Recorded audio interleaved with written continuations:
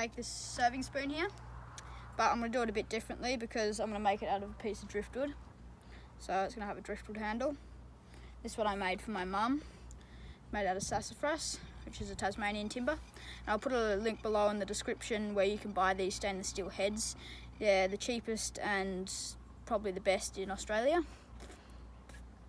So I'll show you how to make it. Okay, so this is the materials we're going to need. So I've got 2 whittling knives here, they're Beavercraft. We'll be using this one for the main roughing out of the spoon handle. And we're going to be using this stainless steel spoon head here. Got 4 different grits of sandpaper. We've got an 80, 120, 240 and 400. And we've got a few different types of driftwood. So this is a straight piece, this is a proper piece of driftwood. It's got all the bark taken off. This one I took the bark off, this was a bush stick. It's Hakea. This is another piece of Hakea that's had the bark taken off by the sea. And this is a piece of, this is another piece that I've taken the bark off. And the saws, I'm going to be using this Japanese saw, but you can just use a little cut-off saw like that. And for the gluing up, we're going to need a bit of methylated spirits to clean up the glue. I've got a 2-part epoxy here. We need a few rags, a few mixing tools, and to finish, we're going to be using this Feast Watson kitchen oil. It's food grade, so I'll show you how to do it. So we'll start off with this knife here, but first we're going to have to pick a piece of driftwood. So I'm going to use this one, but you do want to make sure that after you cut it, you want to make sure that this will fit into the insert. So I'll go cut this now.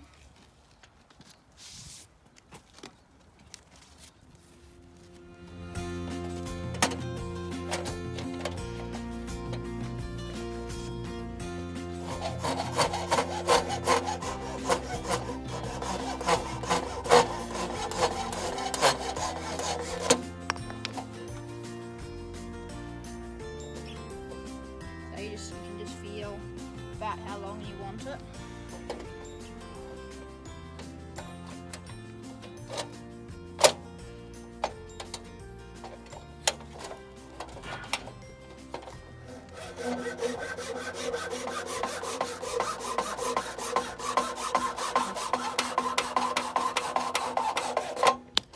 Okay, so we'll try this one. I reckon it might be a bit small.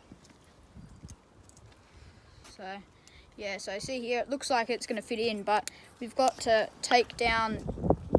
make a point on this end to fit up in, because this tapers towards down here, so it's got to fit right up in there. So this one's going to be a little bit small. So I've got a bigger one. I thought this one might be a little bit small. So we'll try this one. This is a bit bigger. So you've got to think about which end you're going to use as well. This one I'm going to use this end because it's a little bit bigger.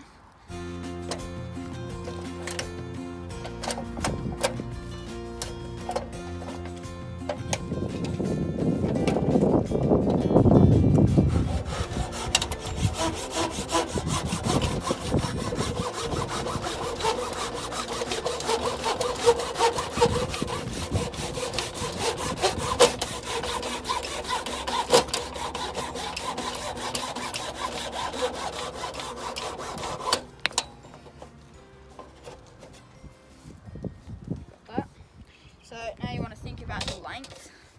So we'll cut it about here. We can cut this end after.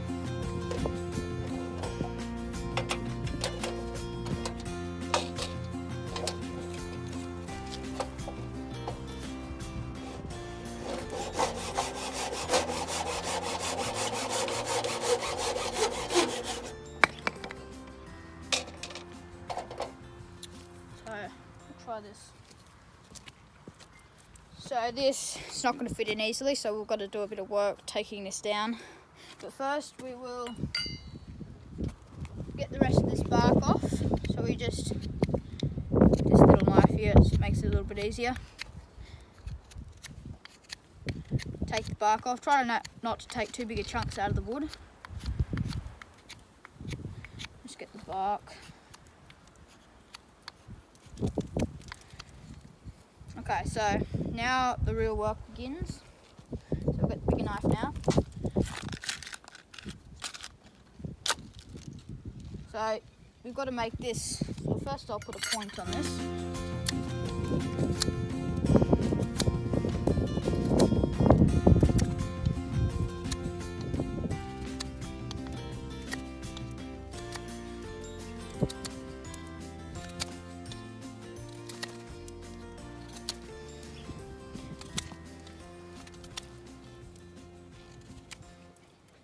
Depending what wood you use, this stuff's quite hard, so you want a sharp knife.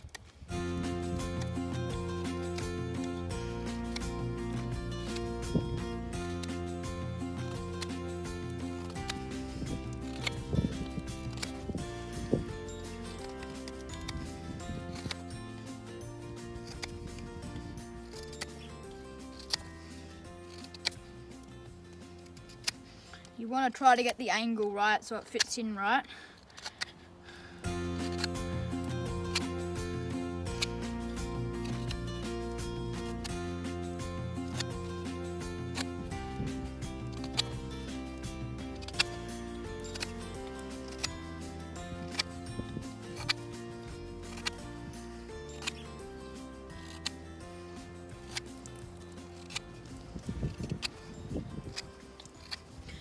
So we've got this point here.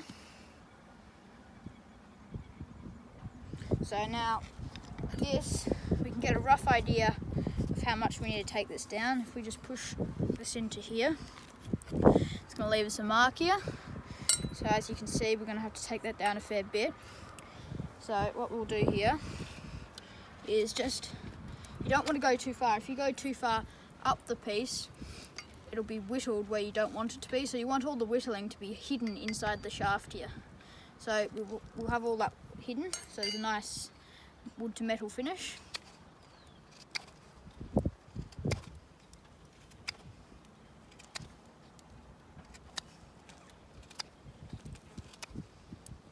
Don't take too much off at a time because it can be hard to put wood back on. You have to fill it up with glue and it's bit of a mess.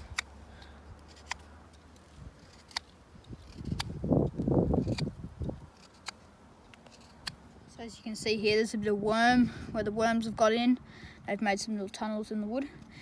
That does matter if you're making a completely wooden handle where you're whittling the bark, everything down, but here it's going to be all hidden, so it's not going to matter. So we've taken this down enough now so this fits on a little bit.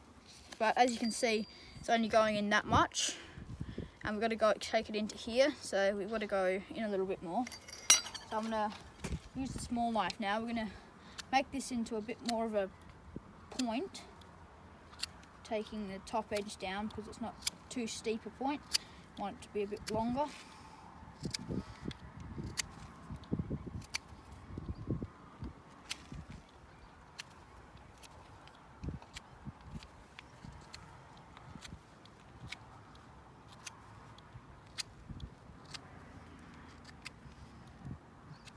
Okay, so that's about right. So here we want to try to get as steep as edge as possible to get the finish, to the wood to metal finish good. So we'll take this, just keep going around, taking little scallops of wood out where the behind, so this side of where the spoons come to.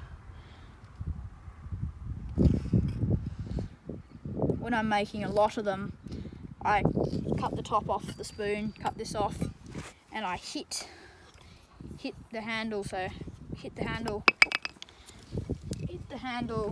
on a piece of wood or something like this, and it drives the spoon down on, so it leaves me a mark to go to.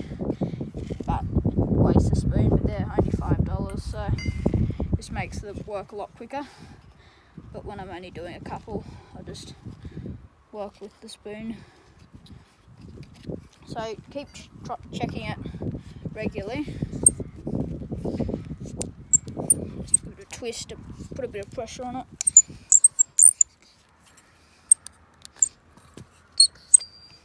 So we keep getting a little bit further every time.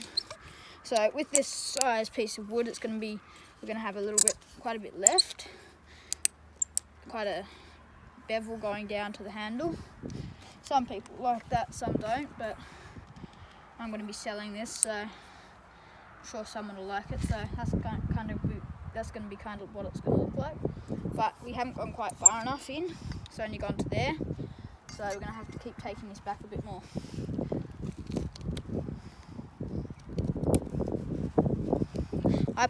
I hold with this and push with my thumb. I'm not actually putting any pressure with this. I'm just holding. I'm pushing with my thumb. You have a lot more control like that. I don't always do that. If I'm just like this, I just do that. But I have a lot more control with this. If you just push there, you're going to cut in here and make a big gouge.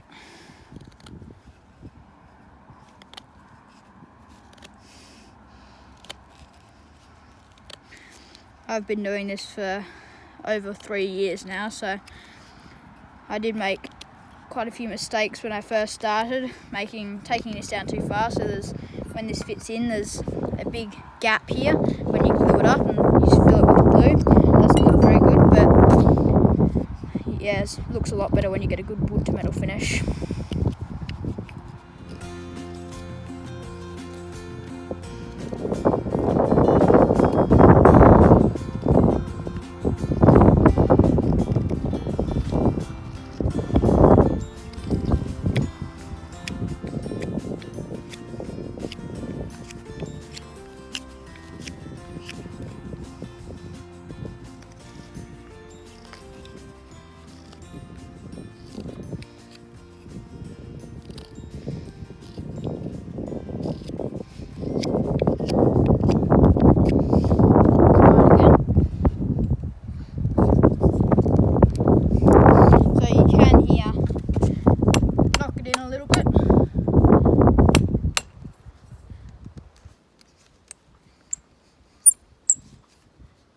Just don't do it too much, it'll be hard to get out. So we're getting close here to going in far enough. So the taper stops at about here, so still got a little bit low. You don't have to go all the way, but it makes it more secure if you do. So we'll keep going a little bit here.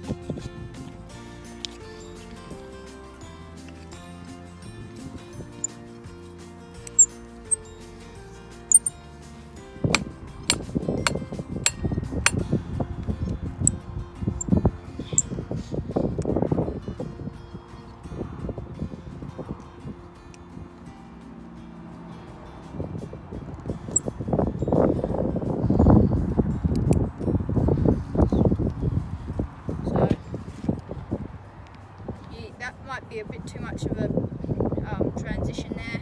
You might want to take this down a bit more, which I'm going to do.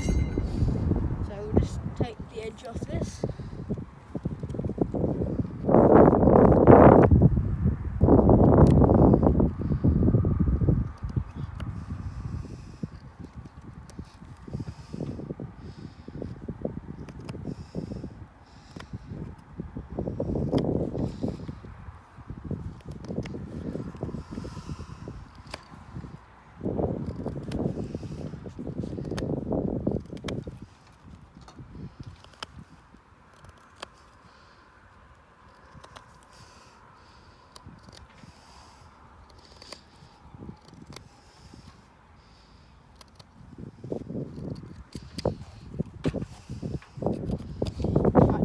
The 80 grit sandpaper here, run it around the edge so it's a nice fit, because it can leave a burr like this when you cut.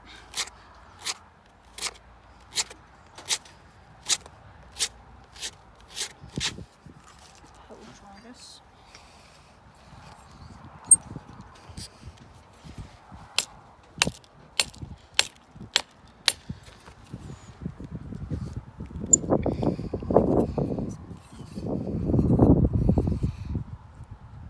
That's not fitting quite well there, there's still a gap. So Now I want to use this sandpaper to get the rest of the finish really well, nice.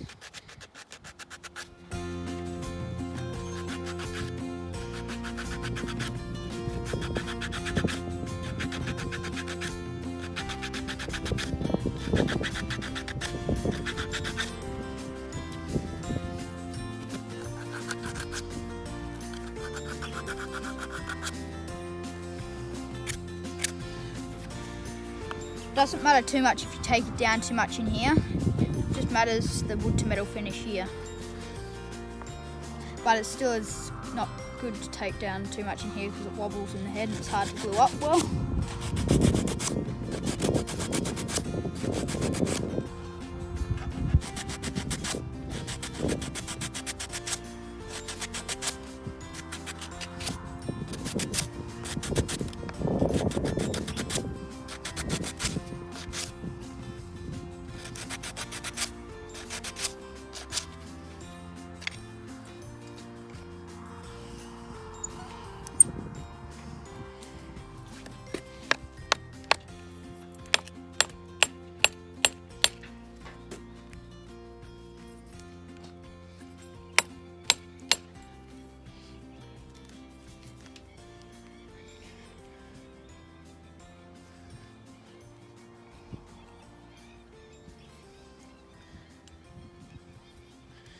So depending how you want the handle, this is probably the most comfortable way to have it, but you might want to make it slope a bit towards the top so there's a bit of a angle like this, so it's not, because otherwise the head's going to be on too much of an angle going down. So we'll make it slope a little bit.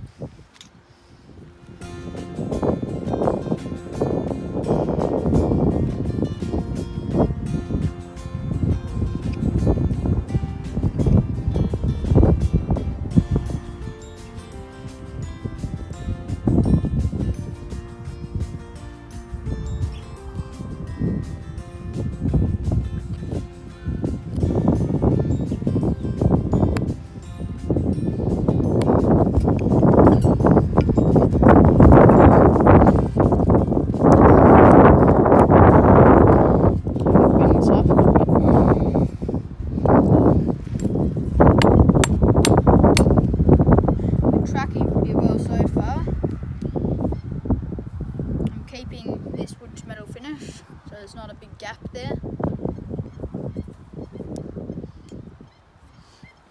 This is how I'll glue it up. So it's like that. Could do it like this, but that's going to be a bit. We could put it on the side like that. Could do that. Probably be more comfortable if you did it that way.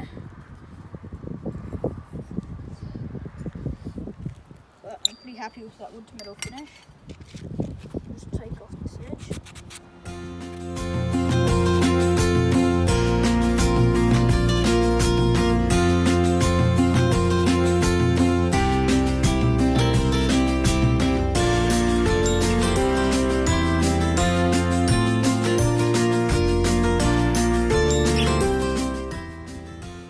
That looks pretty good.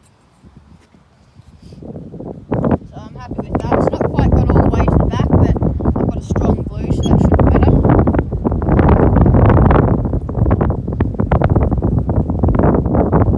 This handle may be a little bit long, so it's easier. I mean, it doesn't take long just to. So I'm going to round this off. So you could just take the edges off like this, just like that all the way around.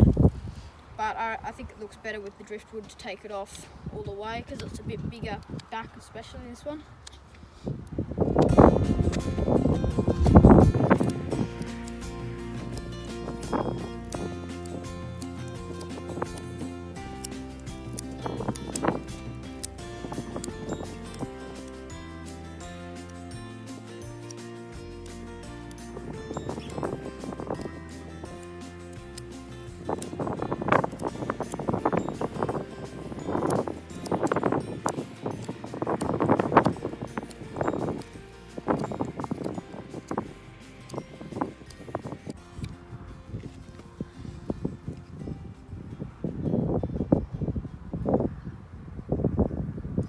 clean that up with the sandpaper.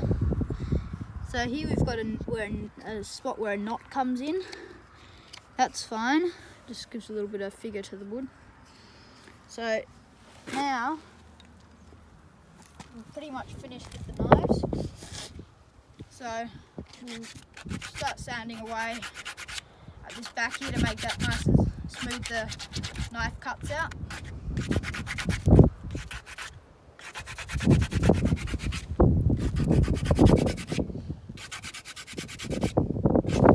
Depending what wood you're using, you may want to use a mask, because some woods can have they're toxic when they get into your lungs. I normally use a mask for any wood if I'm inside, but when I'm outside with the wind, it just blows away straight away, so I don't usually bother about it. So I've sanded the handle. I'm leaving the remainder of the bark on. Some woods this bark will peel off, so you do want to take it off, but this will stay on if you leave a bit on. It looks pretty good. So you can see there's a wormhole there, some worm bits up here. That just adds character to the wood.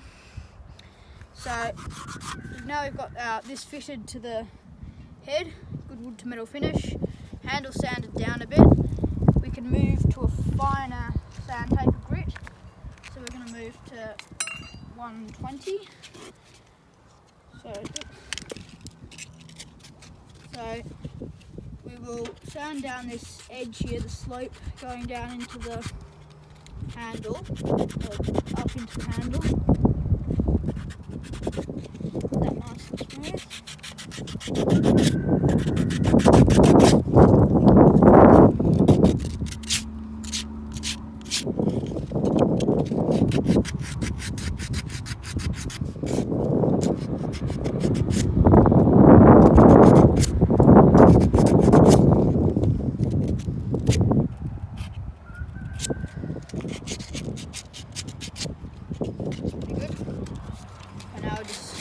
Sand down the handle, take out all the sandpaper marks, the 80 grit.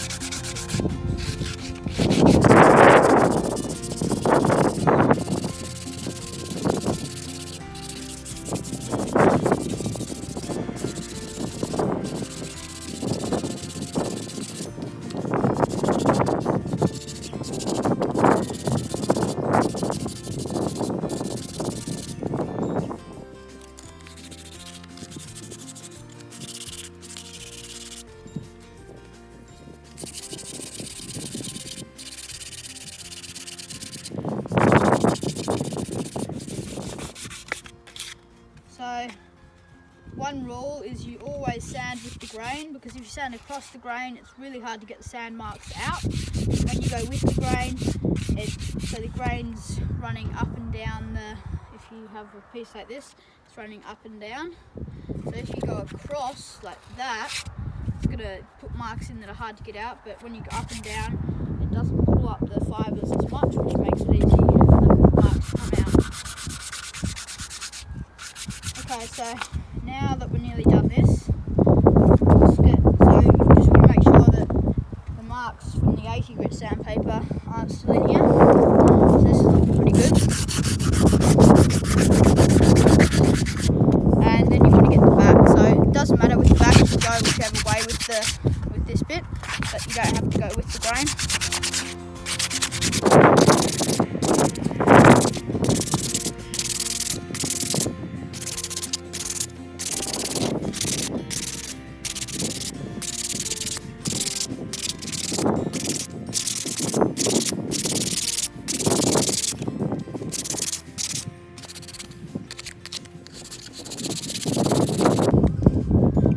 Okay, so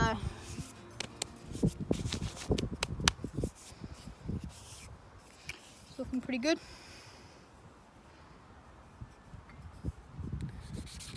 So with sandpaper, the lower the number, the coarser it is. So this is 80, and it's the coarsest I'm using here. Then I go up to 120, which is smoother, smooths it out a bit. And then 240, which you can use as a finish, but I like it a bit smoother, so I go up to 400. You can find all these in Bunnings or most hardware stores. So I'll be moving off this 120 soon and going to the 240.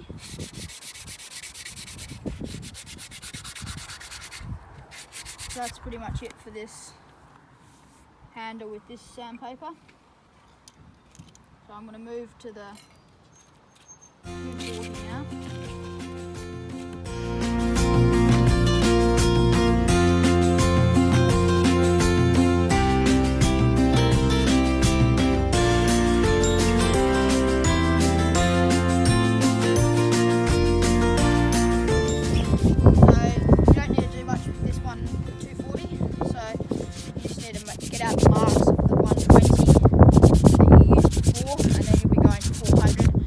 You have to use 400 at all, you just run over it a few times to make it nice and smooth. So this is pretty much it for this. So now I'm going to move to this fine stuff.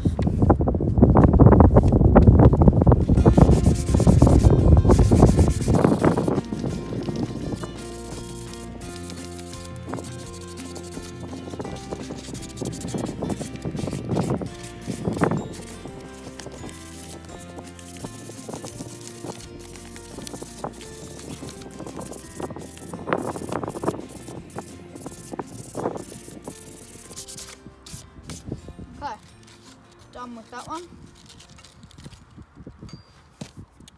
So I'll see you in a minute to oil it. Okay, so we've got this handle sanded nicely now, and just make sure before you oil it or glue it, you make sure the wood to metal finish is nice.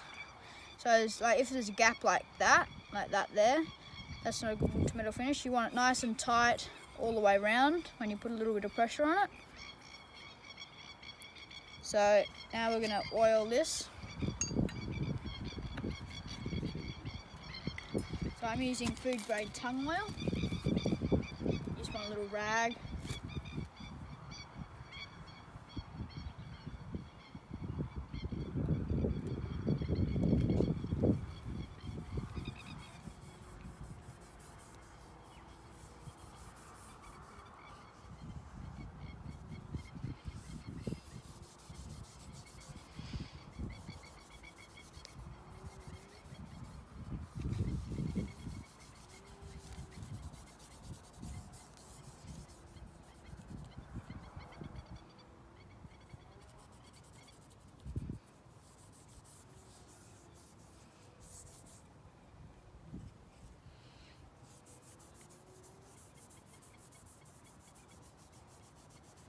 This oil really brings the wood out nicely.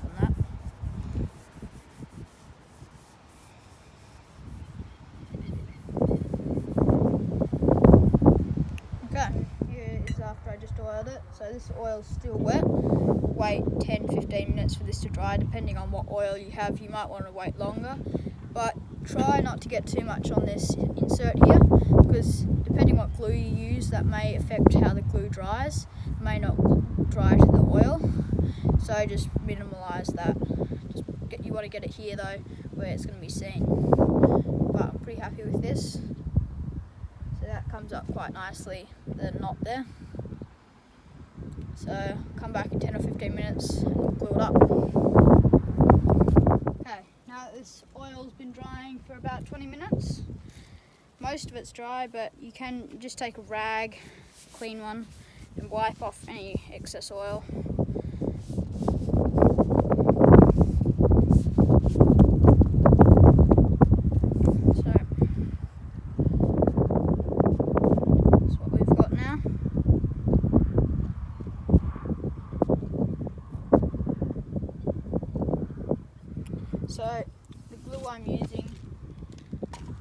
the 2-part epoxy.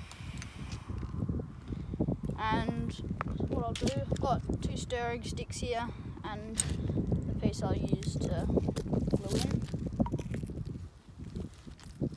You want a couple rags and some methylated spirits or turpentine.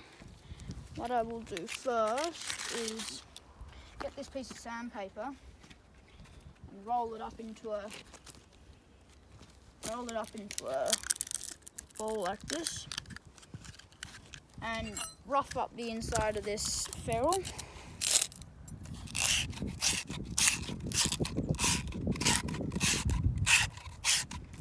Just give something for the glue to hold on to better.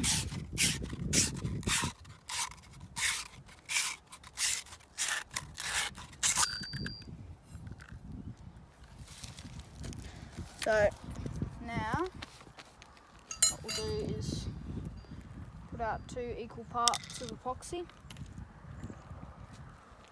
You don't need as much as you think you would.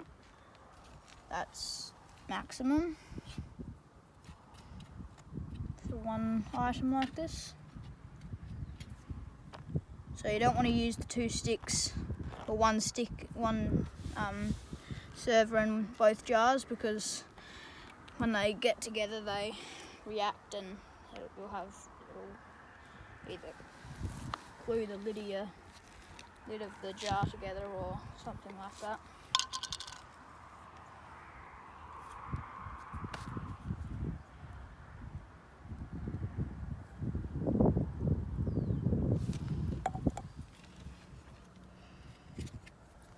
That looks about right. Take a little bit back. About that, and you got the stuff on the stick. You can mix this together. It needs to be mixed really well.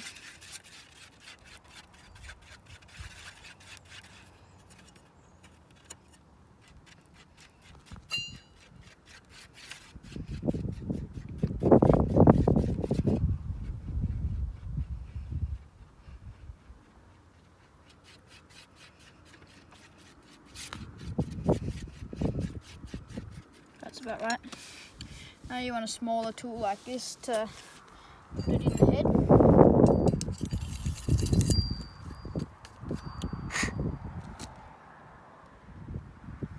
So you stick it in and then spread it round. You don't want to put too much in, but you want to put enough so it will ooze out.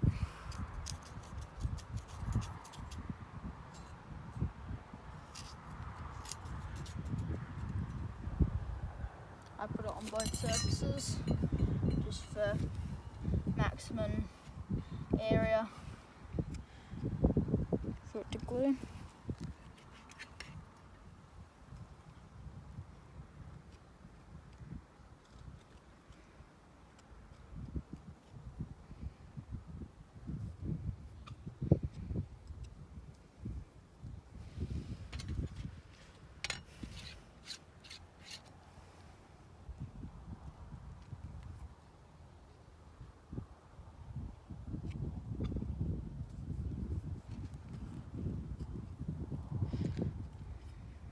Should be a little bit more.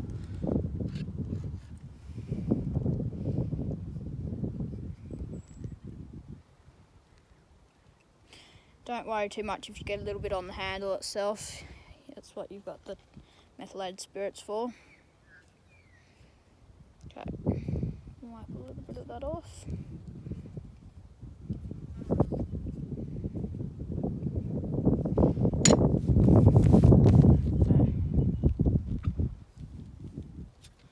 Try not to get too much of this on yourself because it makes it very sticky. And what I normally do, make sure my hands are clean before I touch this, otherwise it gets glue on the head and it's hard to come off.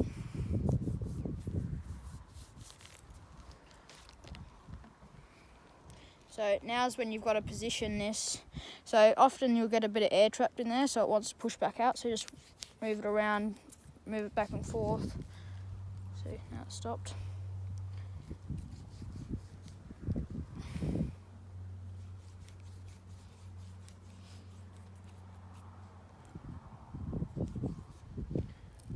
So you have one rag to get the majority of the glue off to start.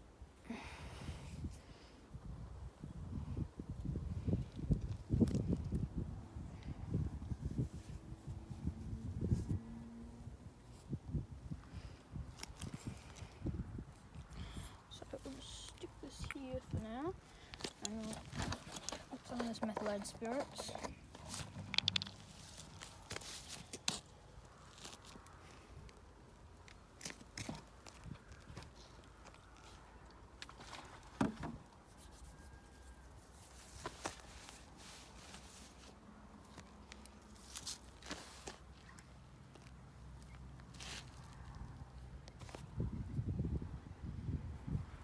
First thing, I'll get any glue that's on the wood off, any on the handle here.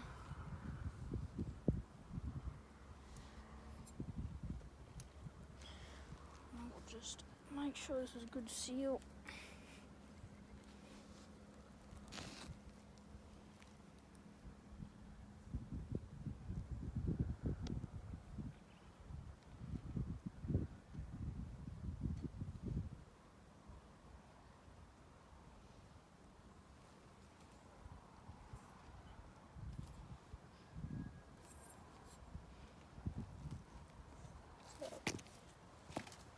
When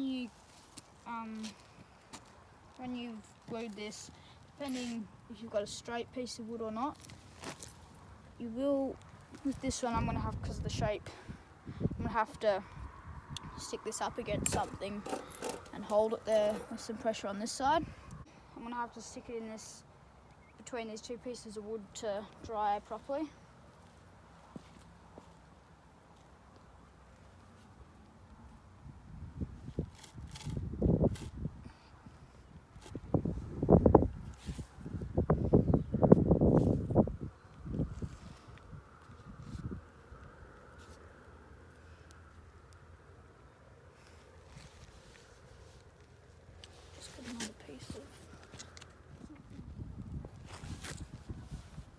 So with a straight handle you wouldn't have to do this, but because this one's wonky,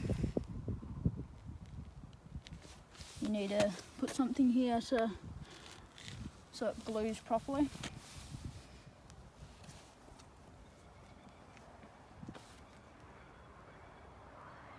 So I've propped it up so it's nice and solid now, so it's joined well. This glue takes 12 hours to set and 24 hours before you can have any pressure on it. So I'll leave it here for a while to glue up. So this has been drying for 24 hours and the glue is set up, and you can see the wood to metal finish here after the glue's dried. There's no gap.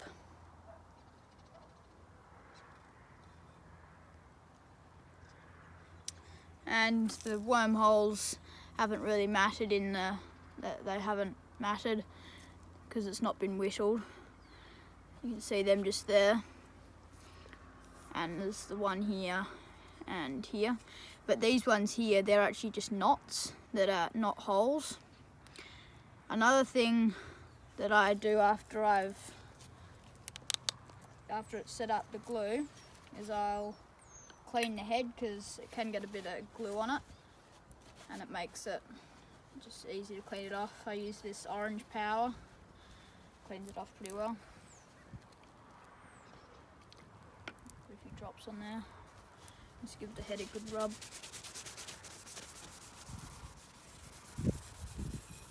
Doesn't matter if you get it on the wood, it'll be fine, it doesn't.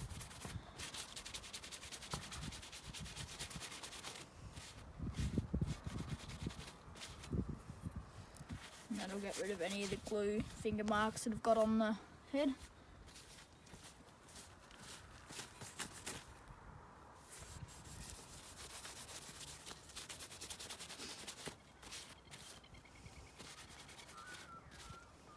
And you can just use the other side where it hasn't got anything on it and wipe off the rest of it.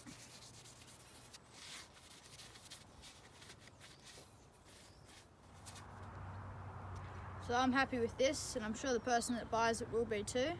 Oh, another thing, you don't have to have a special whittling knife to do it. I've used this for years. It's a Swiss Army pocket knife. This is a multi-blade, but you can get a single blade for $23. So give it a go, make yourself a spoon.